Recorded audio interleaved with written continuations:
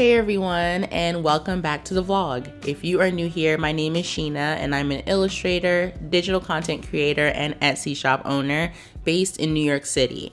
So we are starting this vlog with actually a really exciting opportunity. As an illustrator, most of you know that the number one request we get via email are people looking for book illustrations. And to be completely transparent with you all, out of all of the inquiries that I get, about 99% of them fall through. And this is usually due to the client maybe not having a clear vision, or they lack a manuscript, or the budget is too low. And so I usually have to turn them down. But in this case, I was actually able to find a new author who is really headstrong about getting this done. She has a healthy budget set aside to get started. So we're actually having one of our first, consultation calls just to make sure we're all on the same page, that we're kind of looking for the same things, and that I also align with the story. And I'm going to say, there's a very good chance this is going to happen. So definitely stay tuned for all of that. And not to mention, I'm actually trying to work on my own book alongside this. So it's going to be a fun journey, but I did want to share the beginning stages with you all. And I also wanted to show you my quick little setup here. So I try to keep things super simple, and I like to have a very clean background in the back. It just makes everything look a lot more professional when you're on calls like this. But I guess you can always do a Zoom background. Now, the thing about this particular opportunity is that it's something that I haven't done before. So usually when I get off a call like this, or I get a email regarding a job like this, I do even more research. So what I'm actually reading here is my graphic artist pricing and ethical guidelines handbook. I've talked about this book before with you guys, but it's almost like the go-to manual for all graphic designers and illustrators to refer to. It talks about pricing, it talks about the workflow of certain projects, so I definitely recommend checking it out.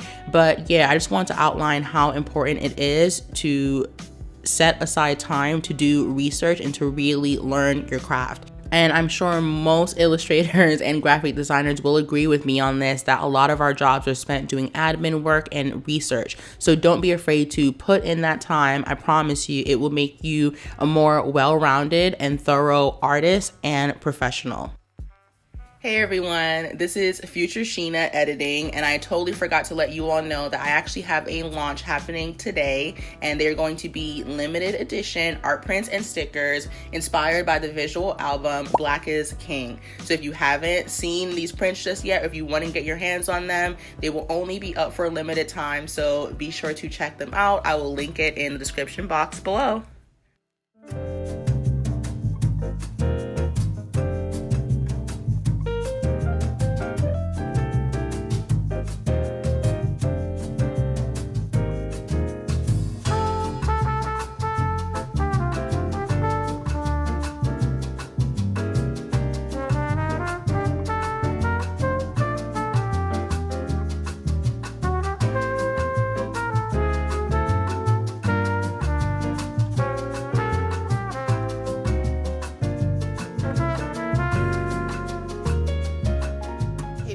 So you all just saw some footage where I was walking to the post office, and I'm back home, but I have to go back out because I didn't bring the right paperwork for her to file the P.O. box as a business P.O. box, which I honestly didn't do before. My old P.O. box was just like a personal one, and I would put Bklyn Post on the mailing information, I guess, like into stamps.com. But now she's asking me to bring back my EIN. I did not have that, so I had to walk all the way back home and get it. And I hope this documentation is sufficient. I'm just gonna tell her to open a personal account and move on. I know many of you may be thinking, why do you need a P.O. box? You already have one.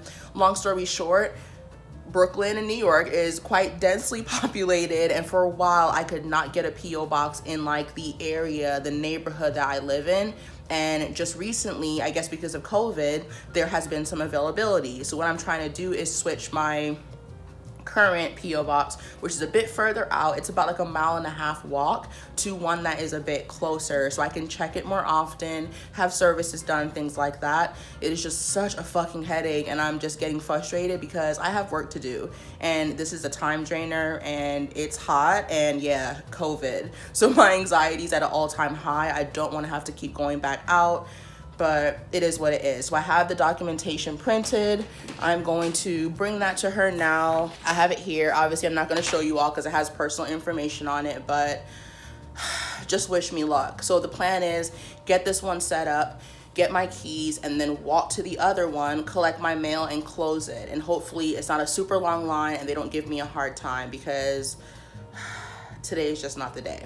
All right, so let's go.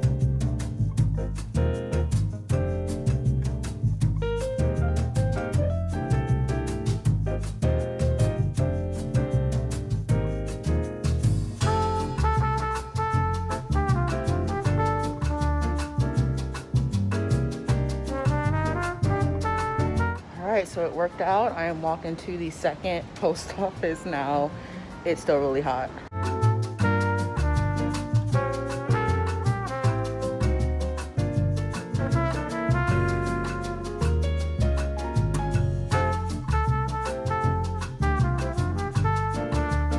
Hey YouTube, so I am finally back home. I don't know if you all can tell, but like I'm kind of flushed. Like my face is kind of red because it was literally 95 degrees outside, and for some reason I thought it'd be a good idea to trek like 2.5 miles to run all my errands, and yeah, it was dreadful.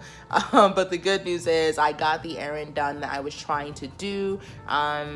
And by the way, if you hear my AC unit, I'm really sorry, but it's like so hot in here. But I ended up going to a closer post office to get a new P.O. box. They finally had one in stock, so I reserved it. I went and got my keys, and then I walked another mile to my old P.O. box to basically close it. And she said that I actually don't have to like do anything special. I just fill out a change of address, have my mail forwarded, and then toss my keys because they change them anyway. So that's about it. So now I have a new P.O. box. I will be sure to link it somewhere in the description box for you all that want to send me stuff. You never have to send me anything. I want to say everyone has been pretty cool about it. I probably gotten one comment where someone was like, you should not ask people to send you stuff. And I was like, when do I do that? I just said, if you want to, my P.O. box is here. I never expect free stuff. So if you all do send, thank you so much. And it's funny because I got to my old P.O. box and the clerk was like, wait, are you in P.O. box 38 whatever, because you have a lot of mail coming in, and we actually had to hold some in the back because we couldn't fit any more in there. And so when I go and open it up, like they had shoved so many mailers in there, probably damaged some, which I'm not okay with. But once I settle down, I have better lighting, I'm definitely going to do a haul or opening my P.O. box with you all and just kind of giving you shout outs and love, because again, you don't have to send me anything, and the fact that so many of you did is just like, it warms my heart. I want to say there were like 7 to 8 different packages in there, maybe even more than that, I don't know, but I have to go through all of them. So yeah, changing my P.O. box, I'll be sure to link it, but I'll also be doing mail forwarding, so if you did happen to send to my old address, it will just come to this newer one. And I feel fairly accomplished. Like that took way too much time. Then I stopped by a local bookstore. I picked up like 2 or 3 books that I've been waiting to read that are also part of my book club. And now I'm just on the couch trying to cool down. Like, I know I look kind of flush and red, but it was just so hot. So I'm cooling down, drinking some water, and then I have to start filming my Patreon Q&A. I used to do them live, like on a live stream, but I've realized because the audience is so small that it's not beneficial for most people who are paying to be a part of it, because I'll have like 3 or 4 people show up and we'll chat it up and we'll have a good time, but I don't feel like that's the right way to do it, because I want to make sure that all of my patrons who are paying feel like they were a part of it. And they can go back and watch the replay, but it's just not the same. So I took a vote, and 80% of my patrons said they would prefer to see a pre-recorded like Q&A video, maybe even like a plan with me type of thing. So I need to record that before I lose sun. It's actually like a nice overcast right now, so it's perfect for recording.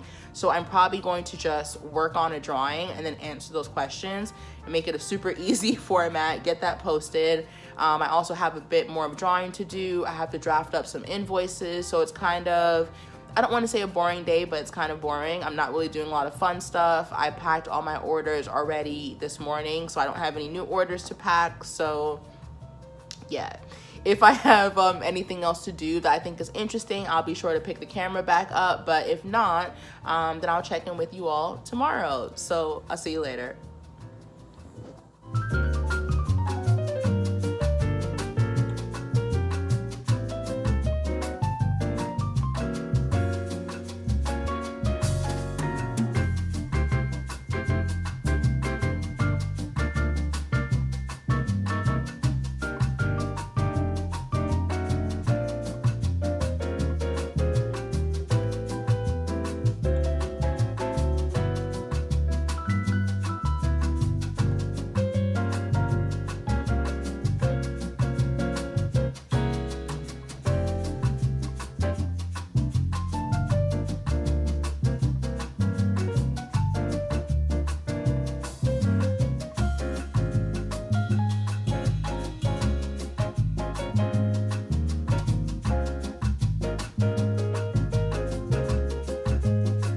Hey vlog, so as you can see, we are set up to pack some orders, but a few things have changed, and so I wanted to update you all on that before I do the time lapse. So first thing you may notice is that this packing scene may look a bit different, and that's because I got a new lens, and I'm so excited because I've had this camera for over a year and I've been using a kit lens the whole time, which is fine. There's nothing wrong with a kit lens, but if you have the money, it is always recommended that you upgrade just to get a more superior quality. So I'm going to show you what I got. Now, as most of you know, the camera that I'm filming on is a Canon M50. It is a mirrorless camera, and I always have it linked. I'll be sure to link it again below. I love this camera. But as many consumers, I've been using the kit lens, and I decided I needed an upgrade, and I had that rebate card from my printer, so I went ahead and got a new lens. Now in the industry, they call this one the Nifty 50, simply because it's the go-to lens for most photographers, especially photographers just starting out. And so it's called the Nifty 50 because it is a 50mm with a 1.8 f-stop. Now, if you're not really a camera person, a technology person, all this means is that the lens is able to take in more light, which means you have a brighter setting. As you all can see, the scene is a bit brighter than my old ones used to be. And the second thing is you're able to get this really cool bokeh effect or blurred effect. So you see how focused this is, and my entire back is like a milky blur.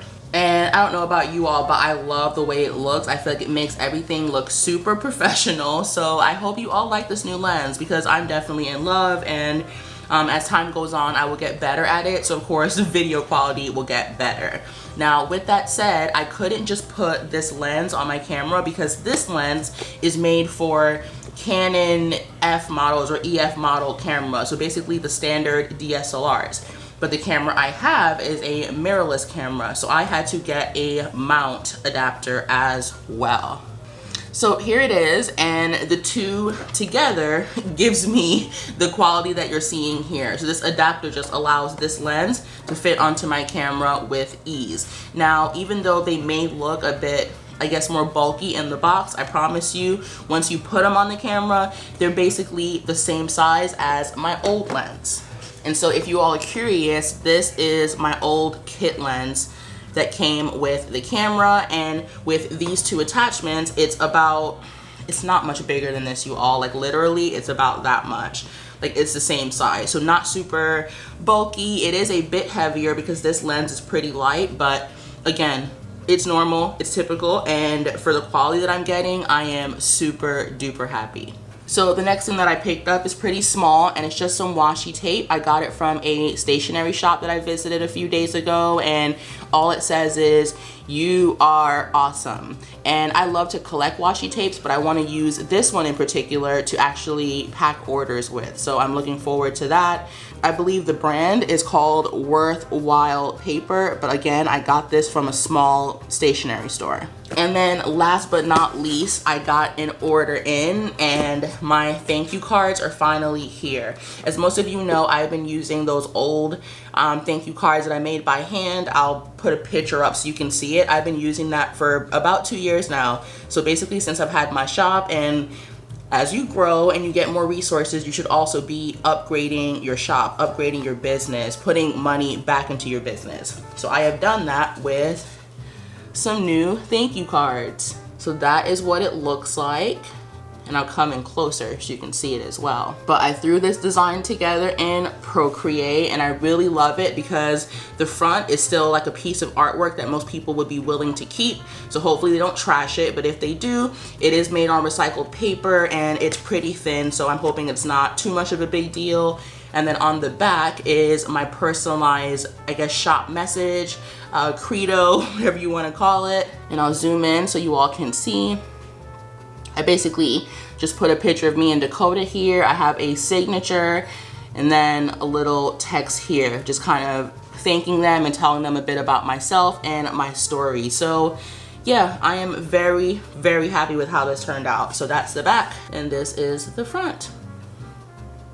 So like I said, I went 2 years without having, I guess, what you can call professional thank you cards or professional thank you inserts. So take your time, be patient with yourself, give yourself some grace. If you don't have the money right now to afford these, it's totally fine. But if you do, again, I will be sure to link where I got them. And yeah, I'm obviously really happy with them. I ended up getting 200 of them.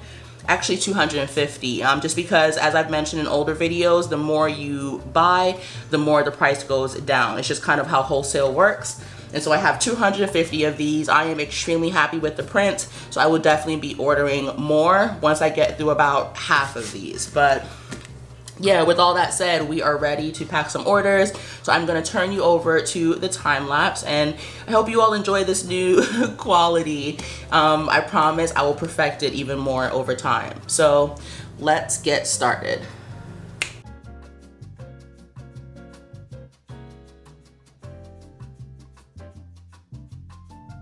So before we finish the rest of this packing montage, I want to take a moment to thank our video sponsor, Skillshare. If you've been a part of this community for a while, then you know we love our friends over at Skillshare, not only because it's an awesome platform, but because they also help to support this channel. So if you've never heard of Skillshare before, they're basically an online learning community where millions of creatives can come together and take the next step in all of their creative journeys.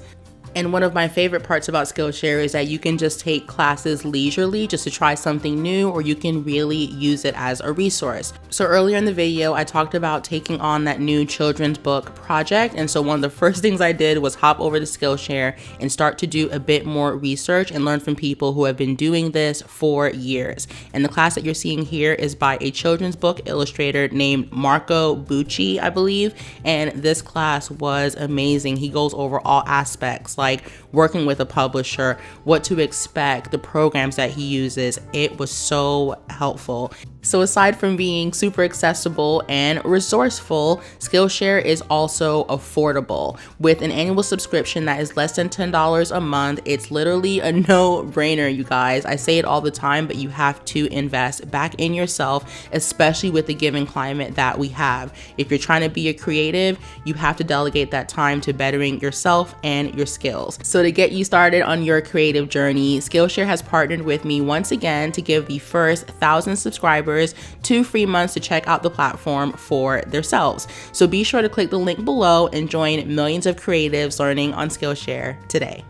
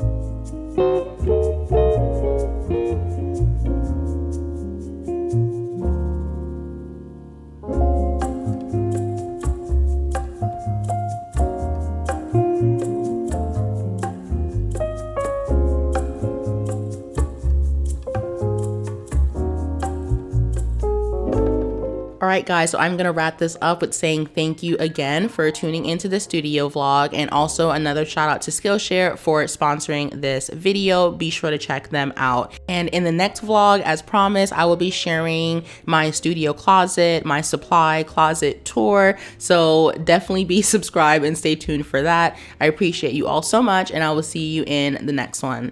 Bye.